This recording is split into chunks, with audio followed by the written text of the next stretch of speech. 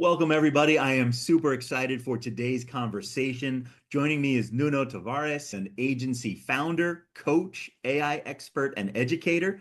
He teaches marketers and business owners how to leverage marketing automation and AI to accelerate lead generation and streamline their operations, doing it all using very smart and scalable systems. Nuno's background really spans strategy, operations, and full funnel marketing. Really excited to dive in. Where do you want to start?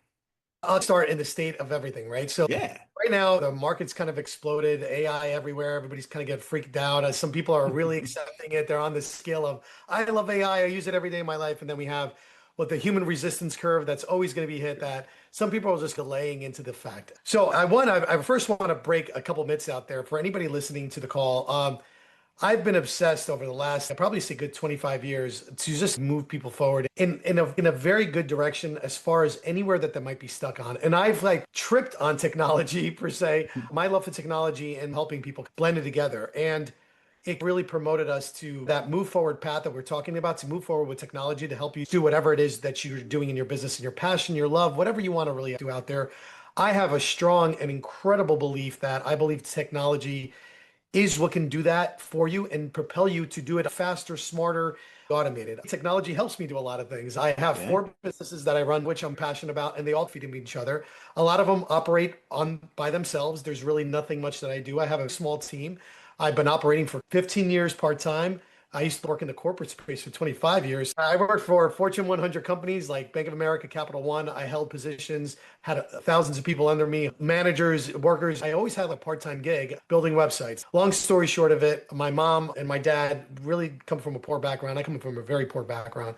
Lived in a car at one point, grew out of that, worked our way out of it, and then eventually had a corporate job. My father got sick. Still wasn't making a lot of money. His insurance got canceled, had no choice but to get a second job. If you're working in the corporate environment, you get capped. You can't ask for Right. tips in a corporate job. You can push for bonuses. I was desperate because my parents needed the cash for cancer. The bills went from zero to 120,000 in less than, I think it was like 7 months with no insurances.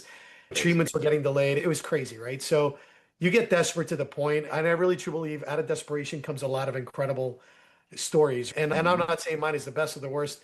And again, I don't want to get into the whole story, but like I tried everything. Fixing phones after work. This was like 15 years ago. Like fixing phones, repairing VCRs. It was like insane. I would literally pick up anything under the sun just to make a little extra cash. But what was happening is this: you would go from a full-time job, drive home an hour, and then get a part-time job, extra money. You're very limited on what you can do and earn. And lo and behold, back then, like I fell into websites. I'm like, oh, I probably figure this out, right? I'm a little technical. And it took a while. Technology was rough. You had to really learn it, code and build websites. And there was Dreamweaver and coding, and there was no YouTube channels. There was no knowledge out there. You had to look Yeah. in these like forums, hundreds of pages long, and hoping that somebody had the same question you had. So that's how I'm aging myself, right? But that's where we started. And then that whole building websites propelled me into I can do this from home. I don't have to travel. I can take this at night, in the morning. I can do it everywhere. It just reduced everything as far as traveling, being overly tired, exhausted. That led into, okay, I'm good at websites now. Then I learned email marketing, ads, all this other stuff. And then lo and behold, I was doing too much. And I was like, how do I make this all go together? My clients were, where's this and where's that? How does this all come together? And then that led me into the whole automations path. My whole reality changed because now I'm automating half the things I was doing on my own. And even back then, automations were new and bringing things together. And then it just all started making like, it was a new language that I just started understanding. And then at Yeah. that point, it just connected one thing after the other. I remember those days of Dreamweaver and teaching myself HTML.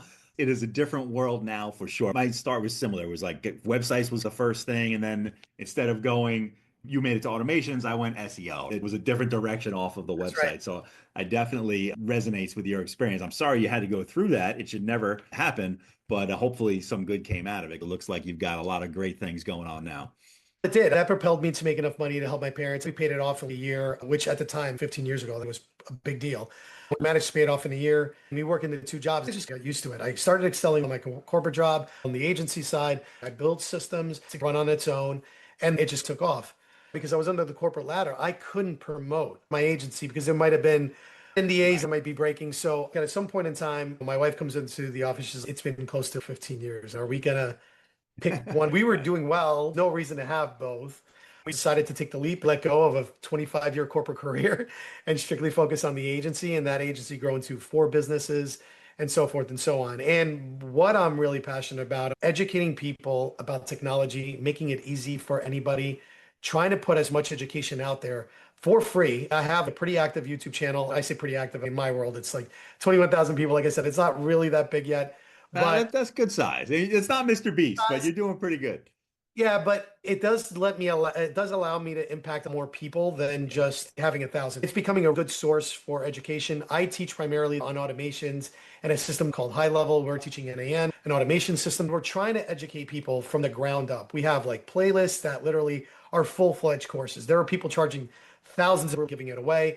We have a free school community YouTube channel so people can ask questions. We're actually staffing it to ensure that's there. We just launched our Udemy course. We have higher end courses, but it's a $20 course that people can go in there and literally you can pick to learn GHL, which becomes a whole nother profession that you can do on the side. And again, with the goal being of just educating low end costs so it's easier for people to jump in and help them in every sense. The reason why I pick high level and NAN, these are cheap but effective and based on what they do. So instead of you having to buy 7 softwares to run your business, you buy one and it's an easier cost to manage.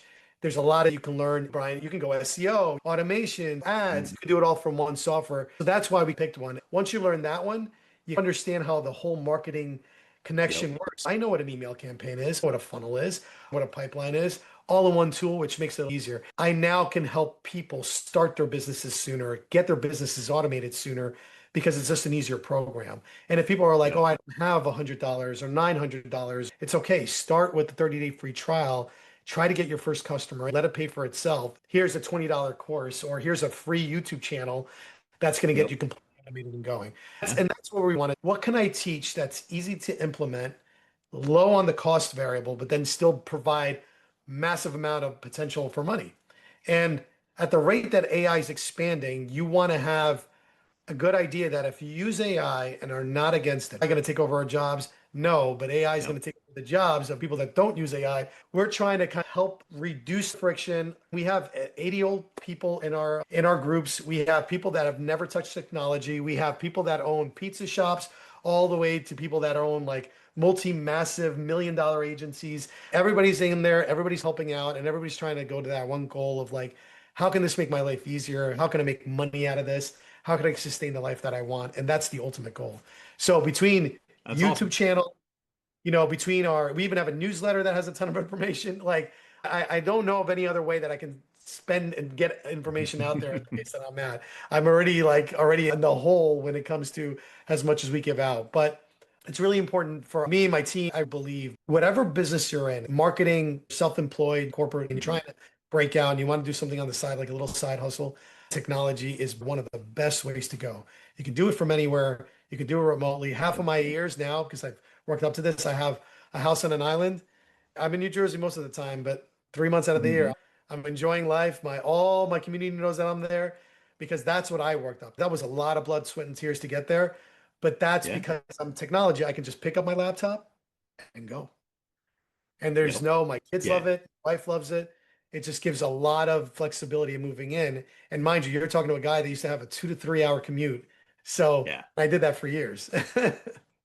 It's wild. The world has changed so much that I think people forget what it used to be like. I grew up near you. I grew up on Long Island. I commuted 90 minutes each way for not even a career job. Working through college, it really does change your life when you're like, you know what, I could just do it from here or wherever I want. You get all that time back. It's amazing what you can accomplish. You've done some awesome stuff going from corporate world, starting the agency. I want to hear a little about, you got to a point where you had to start implementing automations with the agency. Your clients were asking for more. You needed systems to talk to each other and get things done. And clearly you've taken that and you've grown it into this whole kind of educational business where you're teaching business owners and marketers how to do this on their own. Do you remember the first time you really implemented one of those automations? Was there something specific that was coming up back then?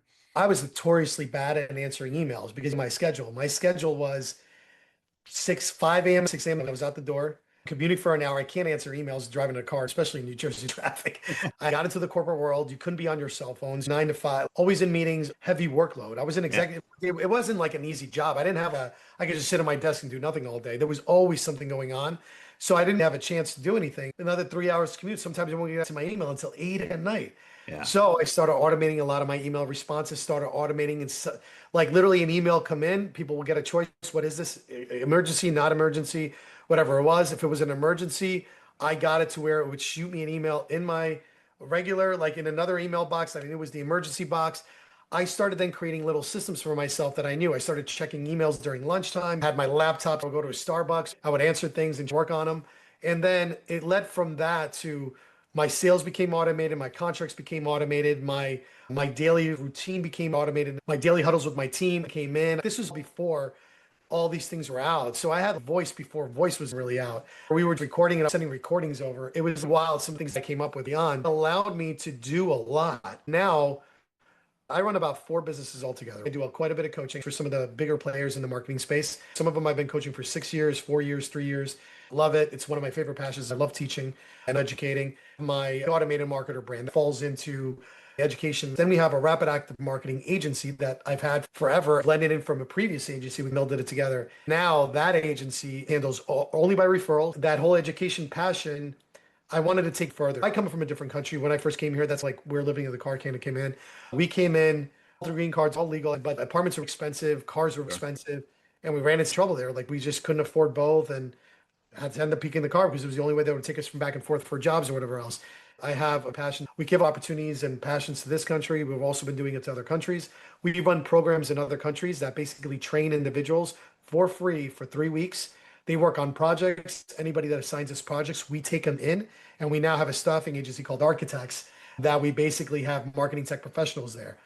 They're now creating automations, doing all this, and we're creating recipes and we're creating all this, and people coming in are buying the recipes, getting a staff member, that's getting them placed, and so forth. And now we're not only educating a whole nother set of individuals that I didn't even think I would ever reach. Now we're also employing and helping people that can't really afford that high-end help, that can afford this help and can get up through tech hurdles. So all that together is all that's because of automation, bringing it all Yep. back together. The Yeah. agency kind of runs on its own. The automated channels and the YouTubes, believe it or not, I mean, those are all me, but all I do is record the videos. Everything afterwards is by my staff or automation. My newsletters, everything's AI now. It's like a lot of things that we're doing are very AI and automation heavy. That's why I can run Businesses. and not worry. I think there's going to be a fifth in the pile, and they're all profitable. I've been very fortunate, and they're all doing incredibly well. I think it's because of the systems we put in place, the automations and the AI. Once you got it down in one, it's pretty transferable. So Okay. that's why I push people to learn this. If you figure it out for one, you'll figure it out for all. These days, content is just such a big part of how you promote your businesses that if you've got it where, hey, you just record the video and some staff members and some automations take care of everything else, that's going to allow you to really get yourself out there in a way that other people can't. So when you're educating folks and you're in the groups, I know you said you had a free school group with the YouTube channel. Do you see one automation or platform in particular? You mentioned GoHighLevel, but most business owners or people new to the space get that light bulb moment where they're like, oh, that's the thing. That was the thing I needed. Yeah, I think software in general, I think high level, like I said, for an entry point software for running any kind of Yeah. business, a no-brainer. I think it's $97 a month. You get a sub account and you have all this access. And I think, like I said, you could go and spend one on this WordPress site and one on this cost-wise, effectiveness-wise, the fact that you can run a lot of automations in that software, make it easier. And now there's templates. We give away templates. Whoever joins our free group, it's free. That is a business in a box for any starter company. Snapshot template does everything you need, has all the automations, you just turn it on. And we have videos and AI that help you do it. So that's, again, to try to make it as easy as possible to get out Yeah. there. Now, I will tell you that the automations popular right now are assistants, chatbots, AI voice. If you go to my YouTube channel, you'll see it. It's mind blowing. We have full-fledged conversations with ones. We've done transports on education, school systems. If you listen to some of the voice AI out there now, it's so realistic. And it's a good money maker. Everybody's thinking it's overly saturated. No, it is not. It is by far undersaturated because there are still places I call and I still get a busy signal. And that robotic, old school IVR, like, thank you for calling. Press one for John. Yeah. Press. We've recently changed our menu. Yeah, exactly. And it's like very, that's exactly right. So it's very stale and doesn't have emotions. I have a Mhm. Southern woman answering my phone. We were testing it and not being facetious in any way. We were trying to test it and we were starting to flirting with it. And it literally said, hey, all I do is give advice on this. I don't give marriage advice. And I'm an AI and you're definitely not my type. It was hilarious. We gave it that attitude and it made it fun. People Yeah. calling it were having fun. So bringing that back is good. These are very low entry points. If I lost everything, I'd start over. All I need is a phone and a computer. If I had a phone and a computer, I could start all over again. And where I would start, sell chatbots. They're Yeah. the easiest thing to create. We have 17,000 videos on how to create these things, and I'm one of a bazillion people that can do it. But the problem is, not enough people are selling them, and not enough businesses still have them. I still walk down the street in my local town and say, hey, I called your line. Nobody's answering. Do you want a bot? They're like, what's a Right. bot? And I'm like, wow. I don't know if you can attest to this, Brian. In the marketing world, we're so loud Yeah. that we think our whole world is marketing. We think everybody else knows everything too. Yep. Yeah, and you step out of this. I'll go to church. I'll have a conversation with a person I haven't seen in a while. And what do you do? I do AI. What's AI? I'm like, what? How do you not? And it's mind blowing. Then I go to a different country and it's what? Your phone does what? This? And I'm using ChatGPT to translate things and it's talking back to them. They're like, what is that? It's mind blowing. If you think it's oversaturated, it's not. There's so many ways you can do it now. I always try to find the easiest, least cost effective way to do it so I can get in there, build it, and sell it and do that. So just mind that there is a ridiculous opportunities. And I'll give you the best gold I can. We are in one of the stages of AI. Would you believe that I believe that there's four more that are going to be monumental pillars? If you time it right, there will be money to be made to no extent. Would you like to hear what those four I pillars would love to hear. are? So think of it like this. I'll give you a little insight. You know that Netflix wasn't the first Netflix, right? Do you remember who attempted it first? You're not going to know. Nobody ever knows. I don't know. Believe it or not, Blockbuster was first to put video to web. Wow. Being the first Yeah, digital camera. they were the first to put a video on the web. Why Mm. didn't it work? We were all on dial-up. Do you remember dial-up? 4 hours to download a movie. Who's going to wait 4 hours to download a movie? They were just a little bit too early. If you time these right and look for market indicators, mark my words, this is where the money's going to be. So I'm going to tell you the four. First, we are the age of agentic AI. Agentic AI, it's agents that do things for you, meaning very little direction, and they're the ones going out and doing it. Little glimpses of it right now. We're building it, and it's happening. GenSpark, Manus AI, autonomous agents. You give instructions, they go and do it, and they can bring back the results. That's going to get deeper and deeper. You hear little bits and pieces. Oh, this books appointments, reserve the table, called the auto insurance company. You didn't have to wait on hold. All this is already happening, and this is the age that we're currently in now. But it's a blooming age, meaning there's still so much that it's redefining and building. It's like a hockey puck curve. It's Right. happening so fast that it's almost vertical. New advances every day. The money is in making now. Great. I have a bot that does this and I have a bot that does this. How can I automate this bot to talk to this bot and do everything for me? Now I'm hands off. I hit a button. Imagine that keeps evolving and how many things are going to get done for you. So that's where the money is right now. Understanding how to build them, understanding how to connect them, and they're not that hard. I swear to you. I have videos showing you how to do this. It's not that hard. That's the kind of age we're in now. The second age, it's sneaking up, seeing glimpses, is robots. Robots and AI meet. That's going to be a whole nother world. But everybody's, oh, but robots, they're clunky. They don't do anything. Yeah, now. Right. But you put AI into that mix, they're coding faster, they're understanding faster. There's going to be a time for that. But everybody's, what do I do with a robot? One, robot repair service for all the people that are handyman, that are doing HVAC, plumbing, and all that. Anybody that's physically handy with your hands, electronics is not that far away. Second thing, everybody likes to customize everything. Be the place that customizes bots as far as apparel, stickers, skins, not weird skins like human skins, but like colored skins or whatever else, right? Yep. Then you have, what if I can't afford a bot? It's $18,000 to tell someone, and they're all probably going to be the cost of cars. If you commonly, logically think about it, it's probably going to be the cost of a car. But what if you bought one and started renting it to your neighbor? Do you really need a cooking bot that's going to cook you 24/7? Or can your bot cook for 2 hours? Mary pays you $300 a week, a month, and now you create a little army of robots that's feeding a whole entire town because the cooking bots are there, or lawn mowing, handyman, laundry. Now you got a robot as a service. Think outside the box. Yep. The indicators are simple. when they start approaching mainstream and all of a sudden they're at the price of the car and there's more than one robot maker, there's 17 of them. You're like, oh crap, here's a market. You got a whole new market to play with that nobody's thinking about. Everybody's, oh yeah, how about AI and robots? And again, all of these can change based on which advancement happens first. They're all advancing at this weird pace. The second is going to be XR. XR is our official reality. You guys are seeing glimpses of it now. You see the Ray-Ban commercials that are up and popping now? They're all over Facebook. You got Chris Helmsworth wearing them and all that. It's here.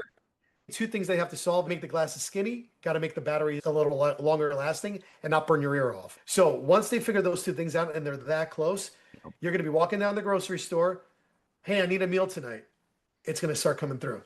Here's what you want to get, blah, blah, blah. Oh, the cost of this, well, I can get it cheaper on Amazon. And this is going to start happening. What's the market opportunity? Be the person that creates the advertisement that goes into classes, or start learning how to operate, because there's going to be some kind of operating system somewhere that's going to allow you to run ads in there.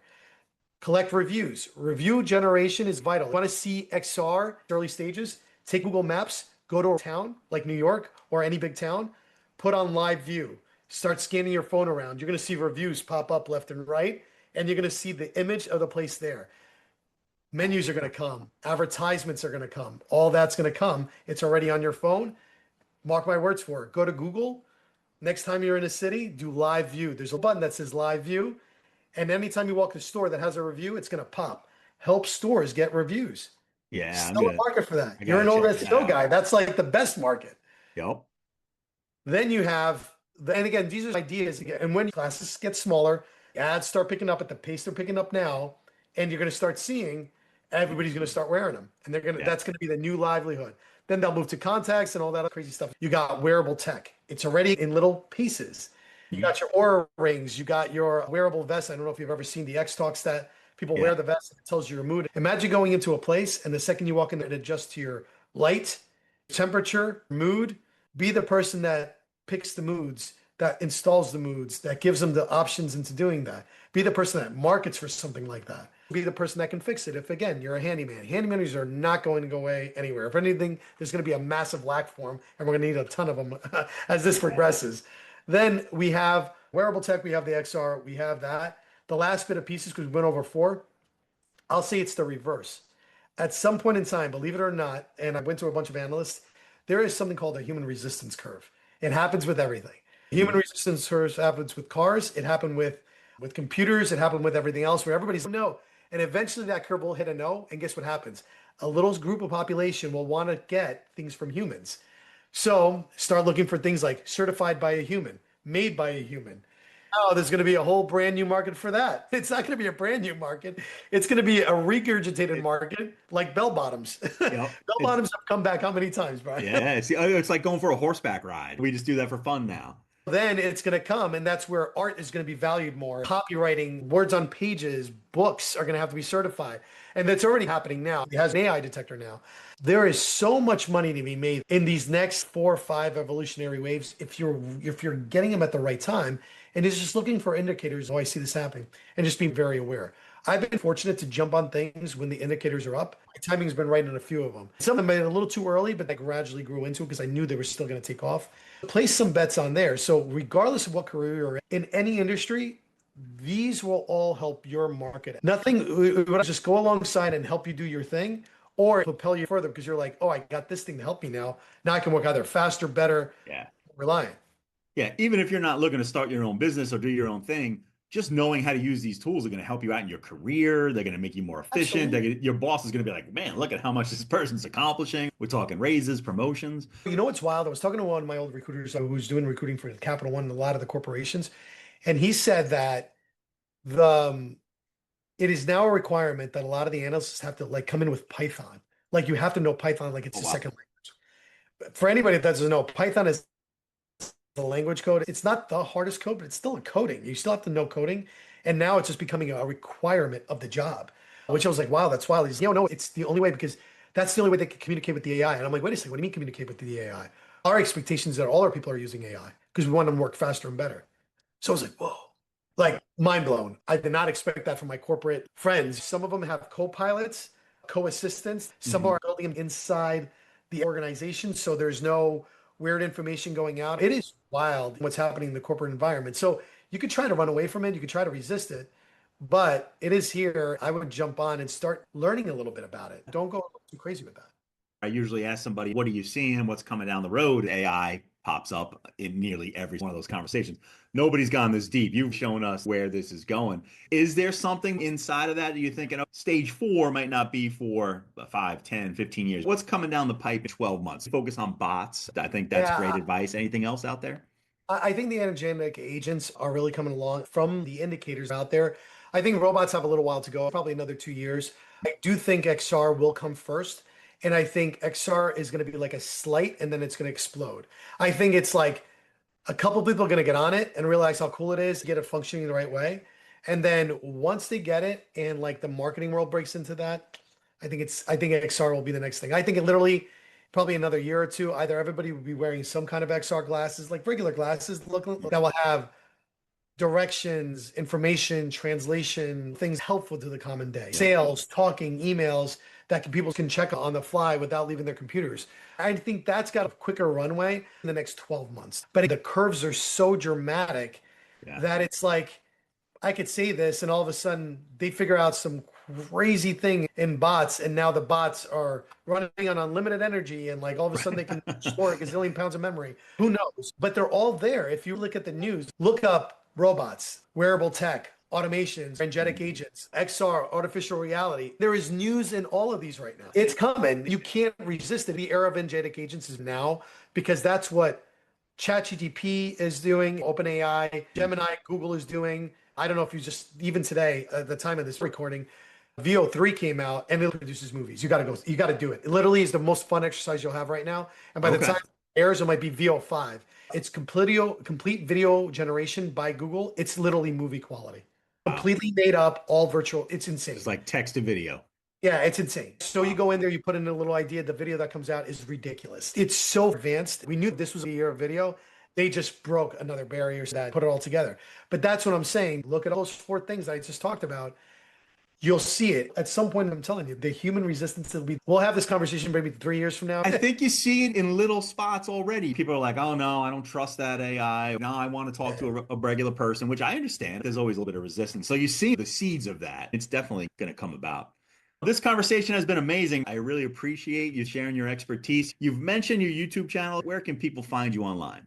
Automatedmarketer.net is our website. There it literally has all the businesses that I run all in one shot. We have also Automated Marketer, the YouTube channel. Again, content twice a week now, completely and utterly free for everybody to learn. We have the school community that's always in the links in the bottom there. They're also in the website. And more importantly, if you want a low-cost course to teach you a lot of the high-level automation stuff, we launched a Udemy course that will be listed on the website, YouTube channel, and in the school environment. Anything you need will be there, and I hope it helps whoever's out there struggling that needs educational automation and technology in their life. I'm sure it will. And I'll include links to all that in the show notes. I'm going to head to YouTube as soon as we hang up. You're going to have 1,001 subscribers. I'm excited. Awesome. Thank you so much for spending the time. Maybe we'll do it again after we see some of these AI phases coming to fruition. Yeah, I'd love to. All right. Thank you, sir.